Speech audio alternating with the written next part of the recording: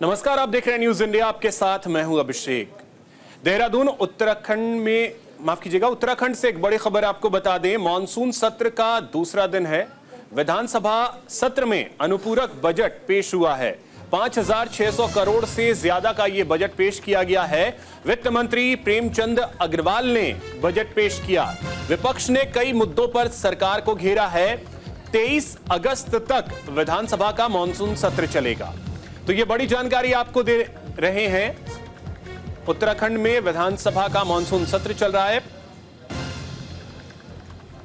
और आज बजट पेश किया गया।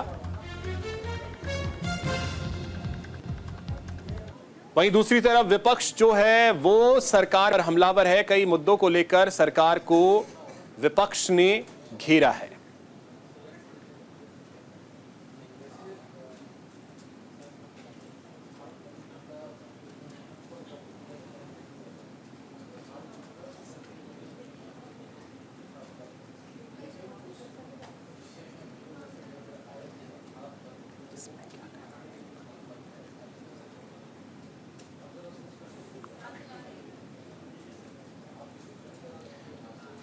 तो आपको बड़ी जानकारी दे दें, 23 अगस्त तक मॉनसून सत्र चलेगा, यानी कल तक मॉनसून सत्र चलना है। और आपको बता दें कि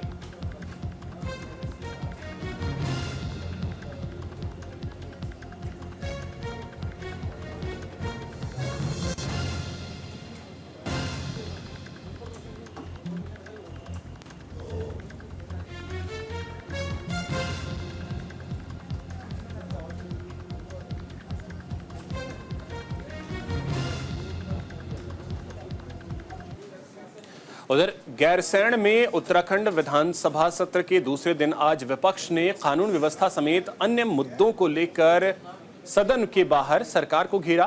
केंद्रीय जांच एजेंसियों के दुरुपयोग पर विपक्षी नेताओं ने जोरदार हमला बोला। कांग्रेस नेताओं ने पूंजीपतियों के खिलाफ और सेबी प्रमुख के खिलाफ भी कार्रवाई की मांग की। प्रदर्शन में नेता प्रतिपक्ष यशपाल आर्य, विधायक भवन कापड़ी, विधायक ममता राकेश, विधायक सुमित हृदयेश, आदेश चौहान समेत कई विधायक मौजूद रहे। दूसरे दिन विपक्ष ने सरकार को कानून व्यवस्था, भ्रष्टाचार, बेरोजगारी, शिक्षा, स्वास्थ्य के मुद्दे पर सरकार को घेरा। सदन के बाहर भी कांग्रेस विधायक केंद्रीय जांच एजेंसियों के दुरुपयोग का मामला उठाते नजर आए और सरकार को घेरा। जहां प्रदेश सरकार को तो कानून व्यवस्था के मुद्दे पर घेरते नजर आए, वहीं केंद्र सरकार को निशाने पर लिया कि केंद्र सरकार जो एजेंसियां हैं, चाहे वो ईडी हो, सीबीआई हो, इनका दुरुपयोग कर रही है।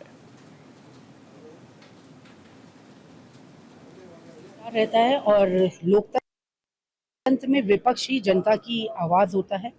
हम तो अवधि बढ़ाने की मांग करते हैं कि अवधि बढ़नी चाहिए, लेकिन हमारी तैयारी पूरी है। हम हर वो मुद्दा जो जनहित से जुड़ा हुआ है उसको रखेंगे। आज आप देख रहे हैं कि भ्रष्टाचार चरम पर है, कानून व्यवस्था पूरी तरीके से ध्वस्त हो चुकी है। महिला सुरक्षा के मामले में हम पिछड़ते जा रहे हैं। छोटी छोटी बच्चियों तक को हमारे राज्य में आज अपने आप को सुरक्षित नहीं महसूस कर रही, उनको मौत के घाट उतार दिया गया है। सूखा जो नशा है वो राज्य को, विदेशों में, देश में अलग अलग जगह आप देखें तो अलग अलग व्यवस्थाएं हैं। और देखिए, ये तो मानने की बात है कि 24/7 का जॉब है और 24/7 के जॉब में अगर कोई ऐसी सुविधाएं जो मूलभूत हों वो तो बनती हैं, जो मूलभूत से बाहर है वो गलत है। सदन में हम प्रमुख मुद्दों को उठाएंगे। ध्वस्त होती हुई कानून व्यवस्था है, भ्रष्टाचार है, शिक्षा है, स्वास्थ्य सेवाओं की बदहाल स्वास्थ्य सेवाएं हैं। उन मुद्दों को तो हम उठाएंगे ही, लेकिन आज देश के हालात क्या हैं? केंद्र सरकार, मोदी सरकार लगातार विपक्ष के नेताओं पर अनर्गल आरोप लगाकर, मिथ्या आरोप लगाकर सीबीआई, आईटी और अन्य संस्थाओं का दुरुपयोग कर रही है, इस्तेमाल कर रही है। हम उसका विरोध करते हैं।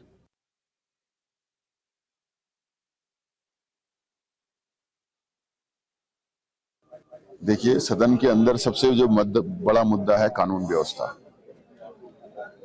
जिस खाकी वर्दी पर एक आम आदमी का भरोसा होता है कि कोई अगर मुझसे कुछ गलत करेगा तो ये उसका संरक्षण करेंगे, उस आदमी को न्याय दिलाएंगे, उसी खाकी वर्दी की स्थिति यह है कि प्रदेश में हमारे कानून व्यवस्था ध्वस्त है। उस पर हम बातचीत कर रहे हैं। जमीनों की खुर्द-पुर्द, सरकार बात करती है कि हम राजस्व बढ़ा रहे हैं, कर रहे हैं। जो बेशकीमती जमीन जो सरकारी थी, उसे कौड़ियों के दाम अपने चहीतों को देने का काम सरकार ने किया है। हम उससे बात कर रहे हैं। रोजगार और रोजगार व्यवस्था, हर तरीके से उत्तराखंड के रोजगार को खत्म करने का काम ये सरकार कर रही है। हम उस पर बात कर रहे हैं। तो अधिक जानकारी के साथ हमारे सहयोगी अनुज हमारे साथ जुड़ गए। अनुज, सबसे पहले तो आपसे यही जानना चाहेंगे कि आज कांग्रेस ने जबरदस्त तरीके से अगर कहें तो सरकार को घेरा है। बिल्कुल अभिषेक, कांग्रेस ने जो है जबरदस्त तरीके से सरकार को घेरा है, क्योंकि नेता प्रतिपक्ष यशपाल आर्य हो, उपनेता प्रतिपक्ष भुवन कापड़ी हो और तमाम जो कांग्रेस के जो नेता हैं उन्होंने सदन को घेरने की बात कही है। क्योंकि सरकार लगातार, चाहे वो ईडी के माध्यम से हो या अन्य माध्यमों से हो, वो विपक्ष को गिराना चाहती है। इस वजह से सभी जो विधायक थे कांग्रेस के, उन्होंने यहाँ पे धरना प्रदर्शन किया और धरना प्रदर्शन करने के साथ साथ यहाँ पर उन्होंने इस बात को भी बोला कि सरकार हमारा दमन कर रही है, सरकार नेता प्रतिपक्ष का दमन कर रही है, सरकार विपक्ष का दमन कर रही है और सरकार को सत्र चलाना चाहिए। जब सरकार सत्र काफी लंबे टाइम पे चलाएगी, 8 से 10 दिन का सत्र चलाएगी, तब उत्तराखंड के जो मुद्दे हैं उनको रखा जा सकेगा, प्रश्नकाल में उनको रखा जा सकेगा। अभी फिलहाल सरकार 3 दिन का ये जो बजट सत्र चला रही है, मानसून सत्र, क्या इसमें सरकार जनता की अनदेखी कर रही है, सरकार अपनी मनमानी कर रही है, सरकार परिवारवाद चला रही है? इस तरीके के आरोप विपक्ष लगातार लगा रहा है सरकार के ऊपर। वहीं सरकार का इस बात को लेकर के कहना है कि हम 3 दिन का जो बजट सत्र रखा है उसमें हम, चूंकि 500 सवाल आए हुए थे इस सत्र में, अब वो 500 सवालों का जवाब मिल सके नहीं मिल सके, जनता की जो मूलभूत समस्याएं हैं उनको रखा जा सके। विधायक चूंकि पटल पे उन समस्याओं को रखता है और उसका निराकरण भी मिलता है, लेकिन इस बार 3 दिन का बजट सत्र और यही बात लगातार विपक्ष बोल रहा है। जी अभिषेक, तो इस तरीके से हमलावर दिखा अनुज, लेकिन साथ ही दूसरी तरफ अनुपूरक बजट जो है वो भी पेश किया गया, उसमें क्या खास रहा? बिल्कुल अभिषेक, लगभग 500 करोड़ के आसपास का ये अनुपूरक बजट है और इस बजट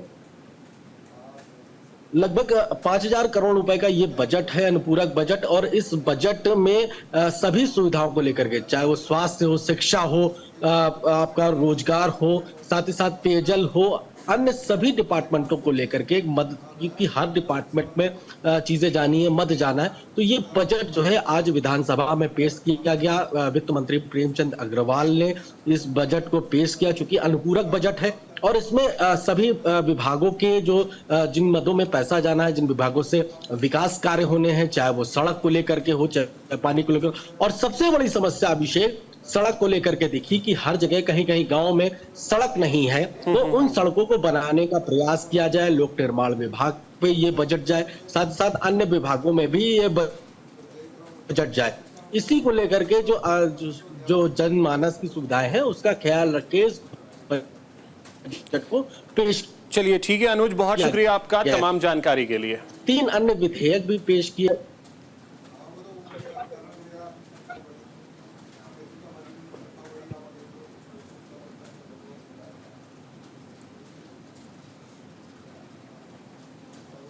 उधर बांग्लादेश में हिंदुओं के साथ अत्याचार पर संयुक्त प्रदर्शन देखने को मिला है। बीजेपी कार्यकर्ताओं और बीकेयू ने प्रदर्शन किया है। संगठनों के पदाधिकारी भी विरोध प्रदर्शन में शामिल हुए हैं। खबर लक्सर से है, जहां बांग्लादेश में हिंदुओं व अन्य अल्पसंख्यकों पर लगातार हो रहे हमले के विरोध में निर्बल निर्धन विधिक सहायता समिति भाजपा व किसान यूनियन के कार्यकर्ताओं ने संयुक्त रूप से आक्रोश मार्च निकाला। आपको बता दें कि लक्सर में ये प्रदर्शन देखने को मिला। इस मौके पर संगठनों के पदाधिकारी ने कहा कि जिस तरह से बांग्लादेश में हिंदुओं पर लगातार अत्याचार हो रहे हैं और बांग्लादेश सरकार के खिलाफ कोई कार्रवाई नहीं हो रही है, उससे ऐसा लगता है कि विश्व भर में मानवता, इंसानियत शर्मसार हो रही है। उन्होंने आगे कहा कि भारत के प्रधानमंत्री नरेंद्र मोदी को चाहिए कि वह अब बांग्लादेश के उपद्रवियों के खिलाफ एक्शन लें और इस मसले को अंतर्राष्ट्रीय स्तर पर उठाएं।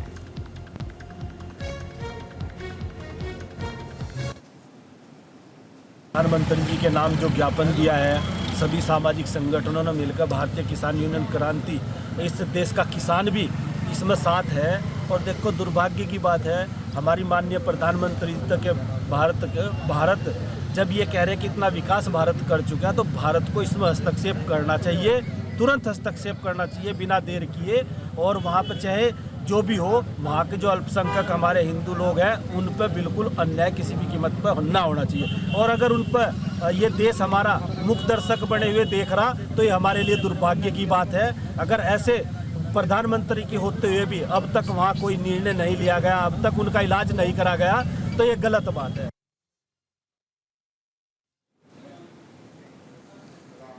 ऋषिकेश एम्स में चिकित्सकों में आक्रोश देखने को मिला है। पिछले 9 दिनों से ऋषिकेश एम्स में प्रदर्शन चल रहा है। रेजिडेंट डॉक्टर्स ने ओपीडी में काम से इनकार कर दिया है। केवल इमरजेंसी सेवाओं में डॉक्टर्स का योगदान देखने को मिल रहा है। दरअसल कोलकाता रेप मर्डर केस में न्याय की मांग की जा रही है। चिकित्सकों ने रक्तदान कर आक्रोश व्यक्त किया। कोलकाता कांड को लेकर एम्स ऋषिकेश के चिकित्सकों का आक्रोश थमता नजर नहीं आ रहा है।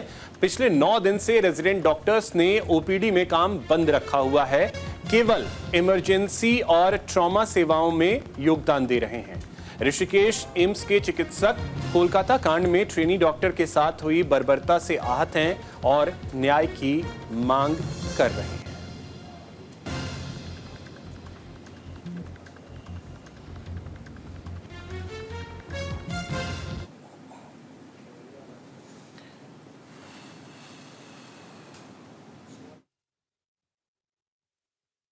सिर्फ एम्स ऋषिकेश की बात नहीं, पूरे इंडिया में हम हड़ताल पे सिर्फ इसलिए हमारे बैठने का उद्देश्य है कि जो अस्पताल है, अस्पताल में जो सिक्योरिटी है डॉक्टर्स के लिए, कि अगर कोई भी बंदा है, किसी के साथ कोई हादसा हो जाता है, तो अस्पताल में जो डॉक्टर है, यहाँ की सुविधा है, यहाँ के उपकरण है, उनको नुकसान पहुँचाने की कोशिश करता है।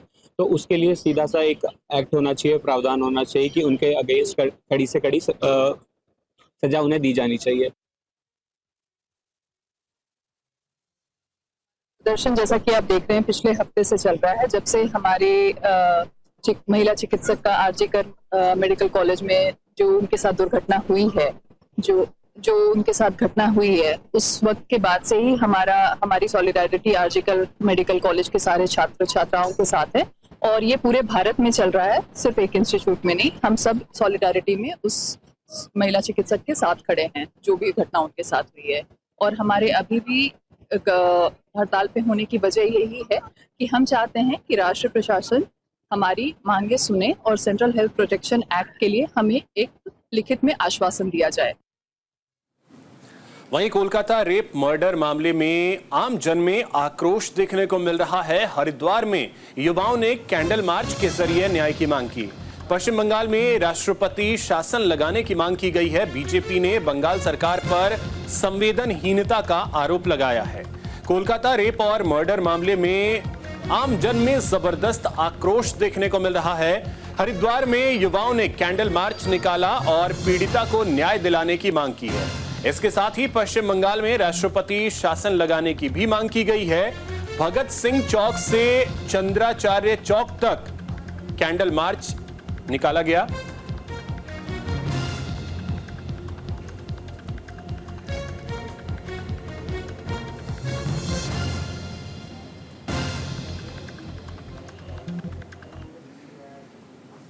वह बेटी के लिए ये कह देना कि ये आत्महत्या है, ये वास्तव में पूरे देश के लिए एक शर्मनाक बात है। मैं आपके माध्यम से महामहिम राष्ट्रपाल से और मैं भारत सरकार से ये अपील करता हूँ कि ऐसी सरकार को तुरंत बर्खास्त कर देना चाहिए और वहाँ पे राष्ट्रपति कानून लगा देना चाहिए और जो उसके दोषी हैं उनको जल्द से जल्द गिरफ्तार करके एक नया कानून भारत सरकार में आना चाहिए जिसके तहत उन्हें तुरंत फांसी की सजा हो और ऐसा घृण्य अपराध कोई करने से पहले भी इस देश के अंदर हर नागरिक 10 बार सोचे। उत्तराखंड में लगातार बारिश के कारण विभिन्न जगहों पर जलभराव की स्थिति बन गई है। इस जलभराव में मच्छरों के पनपने से बीमारी का खतरा बढ़ गया है। प्रशासन ने बार बार लोगों को घरों और आसपास जलजमाव न होने देने के लिए निर्देशित किया है। इस बीच डेंगू ने देहरादून में दस्तक दे दी है। दून अस्पताल में पहला पॉजिटिव केस सामने आया। इसके चलते स्वास्थ्य विभाग अब पूरी तरीके से अलर्ट हो गया है। देहरादून मेडिकल कॉलेज अस्पताल में एक मरीज बुखार और बदन दर्द के इलाज के लिए भर्ती हुआ। इस दौरान युवक का टेस्ट किया गया तो डेंगू पॉजिटिव पाया गया। इसके साथ ही अस्पताल में चिकनगुनिया के 2 मरीज और 2 मलेरिया के संदिग्ध मरीज भी भर्ती हो गए हैं।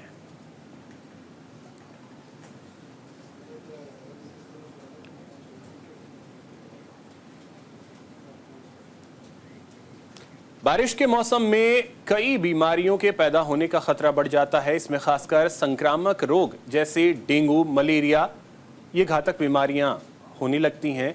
हल्द्वानी में लगातार बारिश और जलजमाव में डेंगू के लार्वा पनपने का खतरा मंडरा रहा है। ऐसी स्थिति में डेंगू से निपटने के लिए डीएम नैनीताल ने सख्त निर्देश दिए हैं। आपको बता दें कि हल्द्वानी में बीते दिनों लगातार बारिश की वजह से कई जगहों पर जलभराव की स्थिति बन गई है। इन जगहों पर डेंगू के लार्वा पनपने का खतरा भी बढ़ गया है। इन सब के बीच अगर देखा जाए तो डीएम नैनीताल ने जिले के हर निकाय और नगर निगम में दवा का छिड़काव करने के लिए टास्क फोर्स गठित कर दिया है।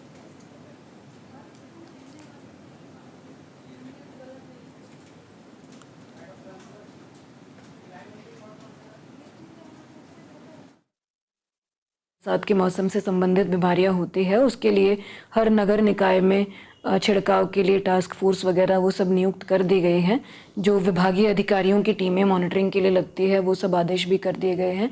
निकायों के द्वारा कुछ एरियाज़ में फॉगिंग कराने आरंभ भी कर दी गई है और सभी जो लार्वा चेकिंग है या सोर्स रिडक्शन के अभियान है वो भी चलाए जा रहे हैं। इस बार हमारे यहाँ पिछली बार की अपेक्षा केसेस जो है वो भी नगण्य है। वो कोई केस हमारे यहाँ सीरियस इस तरह के आए नहीं हैं। जो हॉटस्पॉट्स हैं उन पर नज़र रखी जा रही है। हाउस टू हाउस सर्वे भी विभाग के द्वारा, स्वास्थ्य विभाग के द्वारा इसमें टेकअप करा जा रहा है। तो हमारा पूरा प्रयास है कि इसको हम लोग लिमिटेशन करें और सोर्स रिडक्शन पर, लार्वा डिटेक्शन करके उसको नष्ट करने पर हम ज़्यादा ध्यान दें। एक बड़ी खबर आपको बता दें, आपदा प्रभावितों से मिलने पहुंचे हैं सीएम पुष्कर सिंह धामी। अति वृष्टि से प्रभावित टिहरी पहुंचे हैं सीएम धामी। सीएम ने टिहरी गढ़वाल का हवाई सर्वेक्षण किया है। आपको बता दें कि हवाई सर्वेक्षण करने के लिए पहुंचे सीएम पुष्कर सिंह धामी। पीड़ितों को हर संभव मदद का उन्होंने भरोसा दिया है। मुख्यमंत्री पुष्कर सिंह धामी आज टिहरी पहुंचे, जहां उन्होंने आपदा प्रभावित क्षेत्र का निरीक्षण किया। इस दौरान सीएम आपदा प्रभावित लोगों को हर संभव मदद का आश्वासन देते नजर आए। उन्होंने अधिकारियों को दिशा निर्देश दिए। इस दौरान सीएम ने आपदा पीड़ितों से मुलाकात भी की।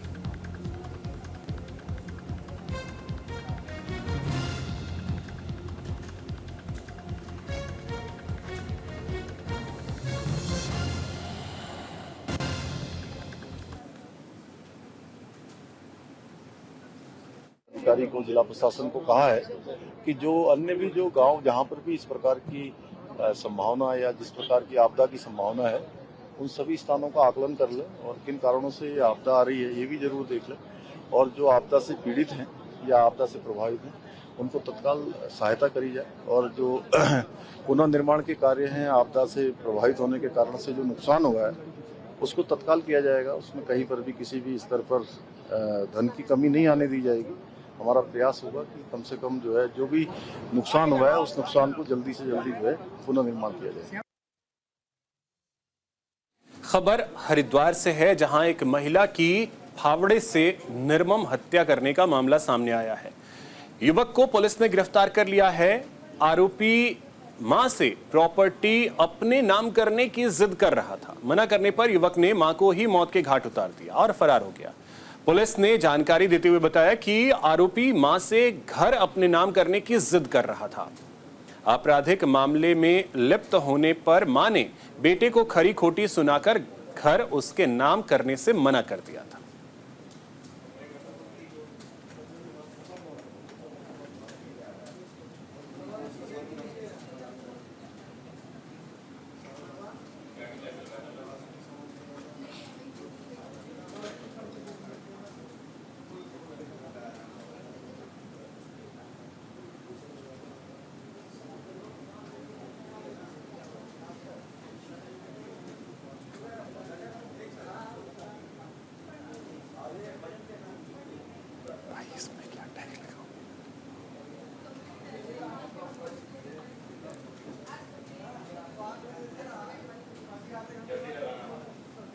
तो देखिए, हरिद्वार से एक ऐसा मामला आया जहां एक मां की एक बेटे ने ही हत्या कर दी। दरअसल बेटा ये चाहता था कि जो घर है वो उसके नाम उसकी मां कर दे, लेकिन मां इसके लिए राजी नहीं थी, जिसके बाद डंडे से और हथियार से वार कर इस युवक ने अपनी मां की ही जान ले ली।